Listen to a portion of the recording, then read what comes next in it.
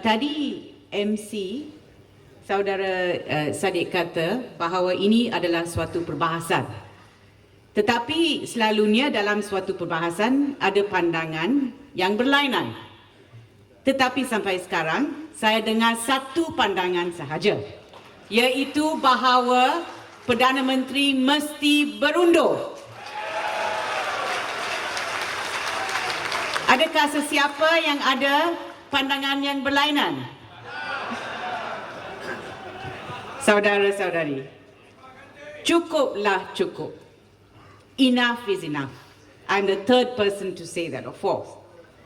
Itulah pesanan yang kita cuba sampaikan kepada kerajaan. Tetapi suara rakyat diabaikan sama sekali. Ketelusan dan accountability daripada ahli-ahli kerajaan langsung tidak wujud. Mereka yang mempunyai kuasa tidak menggunakannya untuk kebaikan awam. Institusi-institusi kita telah pincang. Malaysia telah pun menjadi bahan ketawa negara-negara lain. Maruah negara kita digadaikan begitu sahaja.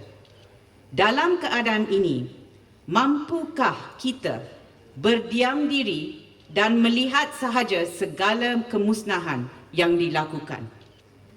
Dan apa pula jawapan pemimpin kita apabila disoal?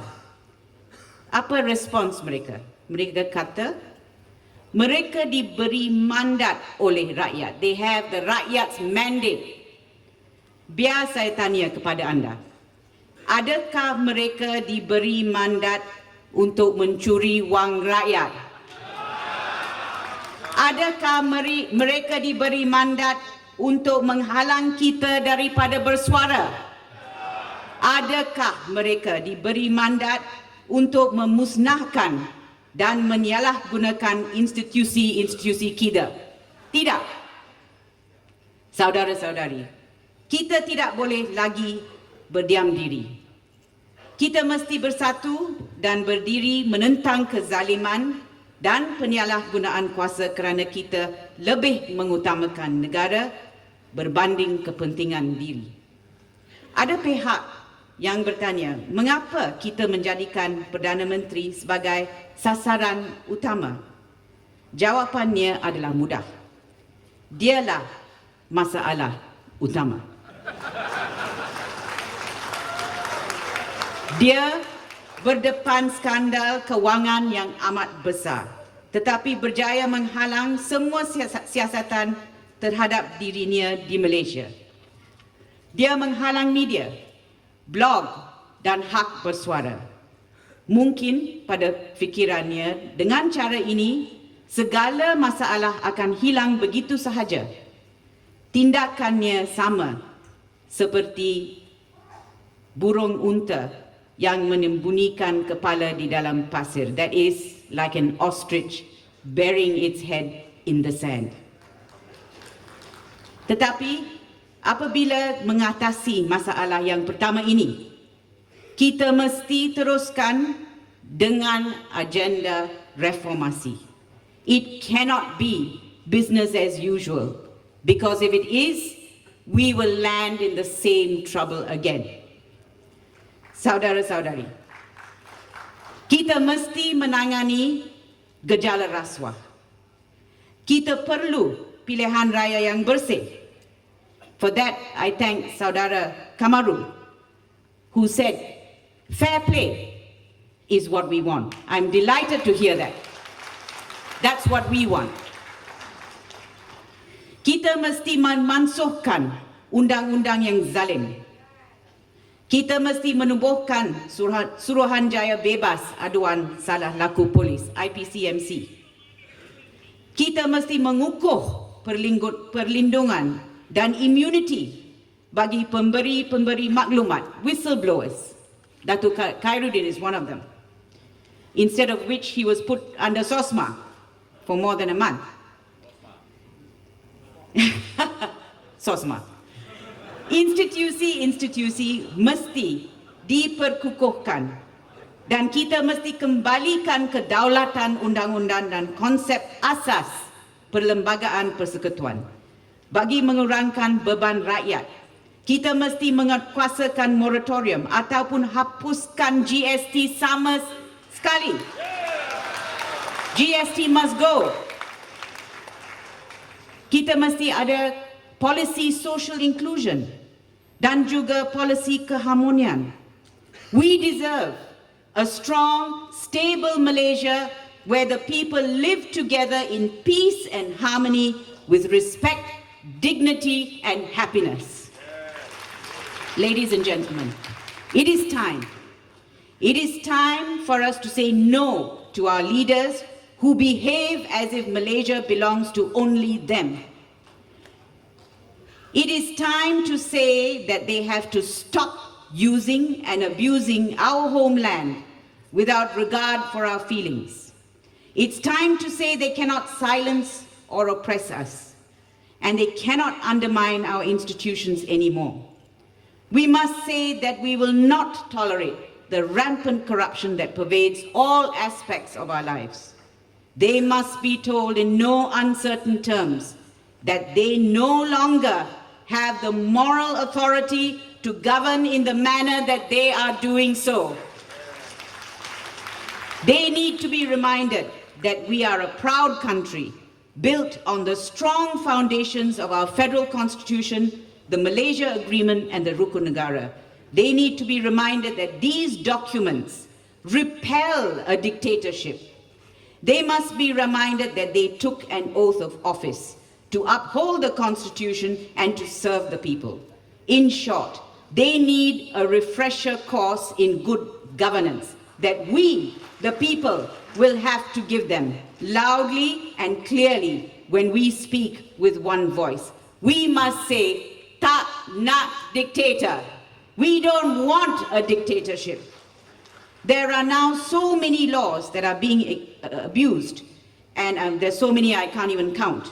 In fact, I understand, and in fact, most of the people on this stage have actually faced some kind of investigation, have been questioned under many of this legislation.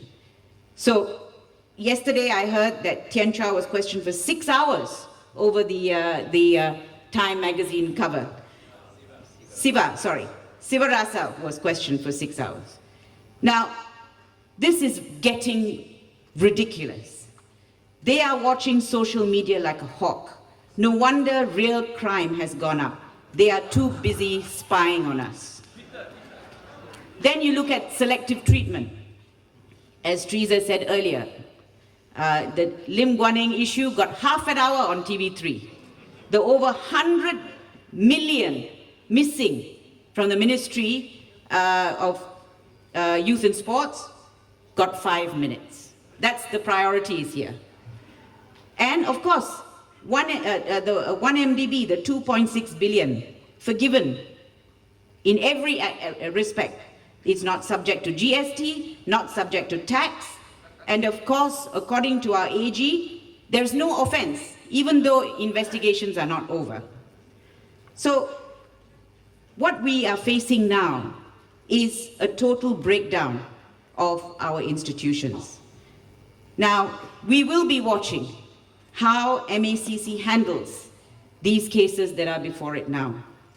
We must commend MACC for the way in which they have handled the 1MDB investigations. For that, they deserve a round of applause. And the others who deserve a round of applause from us are all those civil servants who have kept the faith, who have carried out their duties, no matter how dangerous and how difficult it has been. I ask you to give them a round of applause. Now, there is another worrying trend, namely whether decisions are being made in the national interest or personal interests. For example, the sale of strategic assets to foreigners. In November 2015, 1MDB disposed of its entire energy-related assets situated under power generating company EDRA Global Energy to a company from China. This is not in the national interest. There are other such transactions that are taking place. Then, of course, we have the sending of our troops to Saudi Arabia. How is that in the national interest. What did they say? Our troops need desert training. Do we have a desert in Malaysia? I mean, it's maybe simplistic for me to say that. Ladies and gentlemen, it is time to hit the stop button. Not the panic button, the stop button. And then we must hit the reset button. It is time to get the ship of state back on even keel. We need to pursue the reform agenda that I had mentioned earlier. We need to take into account the aspirations of our brothers and sisters in Sabah and Sarawak. We need to bring back and bring in leaders who are statesmen, i.e., who put the nation first before themselves. In all of this, we must discuss the release of Anwar Ibrahim. He has suffered enough.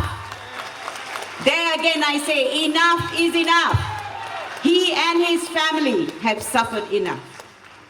Ladies and gentlemen, I know that, by the way, through all this, I must thank the Prime Minister for one thing, for uniting people from both sides of the political divide against his excesses. They must remember, oppression unites the people against the oppressor. Just 10 seconds more. I know there are many in BN who are not happy with the current state of affairs, but who dare not or will not speak up for one reason or another. I urge them, stand with us. I say to them, if you turn your back on us, you may save yourself. But if you stand with us, you can help save our beloved nation. For your children and your grandchildren, we are now fighting for the life and soul of the nation. I invite everyone, particularly all those in power, to join us and be on the right side of history. Thank you.